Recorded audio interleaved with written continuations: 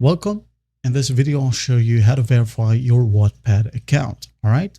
Before, there's this process where we need to verify our accounts, but today we are not going to be needing to follow the same process. All right. So basically, when you enter up your email, your account has been already verified. All right.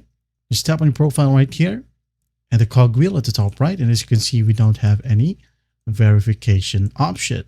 All you have to do is just go ahead over to profile account right here. All right. And fill in the username and full name, the location, also your birthday. All right. And after that, make sure that your social networks right here are connected. That's basically it. All right. Nothing else to be done. And as you can see here at the top, the information you enter here will be visible to other users. And if you want to learn about safe information sharing, just go ahead and tap on this hyperlink.